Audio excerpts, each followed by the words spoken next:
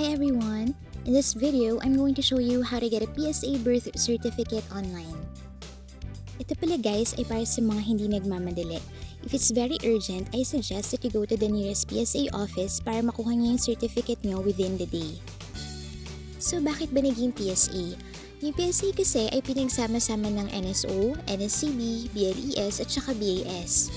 Now when it comes to the certificate naman, PSA logo na yung makikita niyo sa upper left corner. Okay, now let's start. Just type nsohelpline.ph/order-now sa inyong address bar and then click birth certificate. After that, ito naman yung makikita sa screen nyo. What do you need the birth certificate for? So here are the first three options. Is it for the passport, for employment abroad, or for local employment? Just scroll down para makita nyo pa yung ibang choices.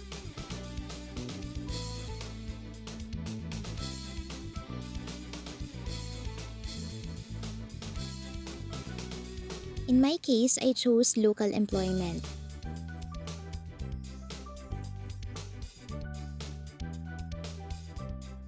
After that, magta-type na kayo ng details.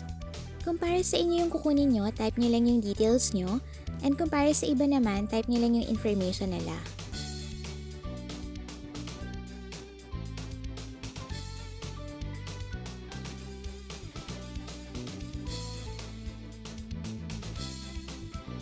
Just make sure na lahat ng in-input nyo ay tama and double check your spelling before clicking continue.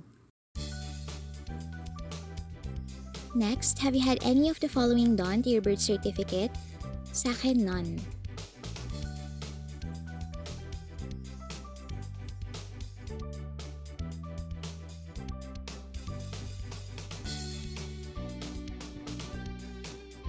Next is who is requesting for this birth certificate. Kung kayo mismo, type nyo lang ulit yung details nyo and then choose owner of this certificate. Kung para naman sa mga anak nyo, type nyo lang yung details nyo and then choose father or mother of the certificate owner. Remember that the requesting party must be of legal age. Again, double check nyo muna before clicking submit.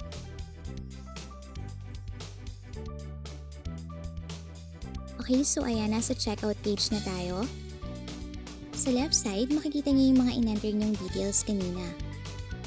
Then sa right side naman, ilalagay niyo yung contact info nyo. Type niyo yung mobile number nyo, landline number, and email. Okay lang guys kung wala kayong landline number. Next, type your delivery address. Sa ngayon, they only deliver within the Philippines. In case naman na wala kayo sa bahay, just assign someone para mag-receive ng inyong certificate. Type nyo lang yung name niya or nila and then print the letter of authorization na nandyan na din sa site. And then just scroll down so makikita nyo na yung checkout summary. Indicate nyo lang kung ilang copies yung kailangan nyo and then makikita nyo na yung total amount. Next, click the checkbox and then click continue.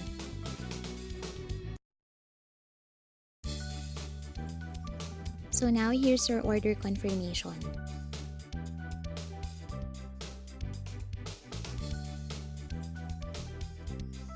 Now scroll down. Ngayon kung may nakita kayong mali, just click your browser's back button para i-edit yung information nyo.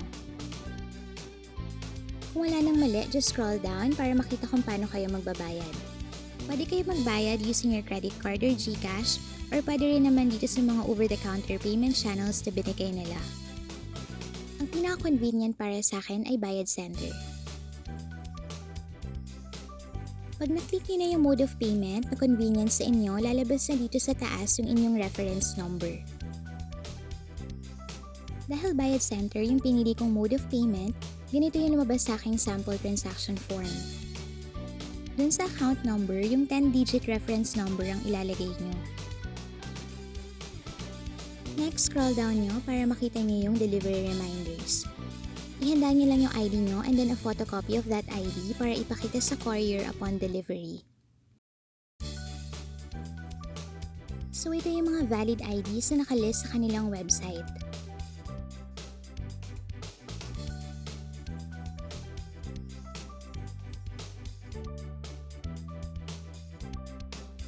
Pwede nyo i-check yung status ng inyong order.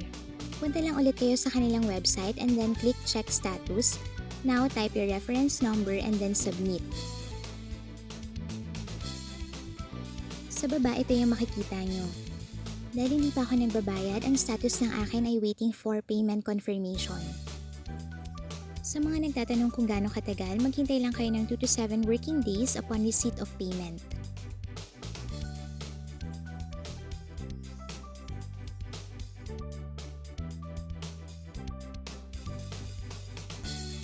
And that's it. Thank you for watching.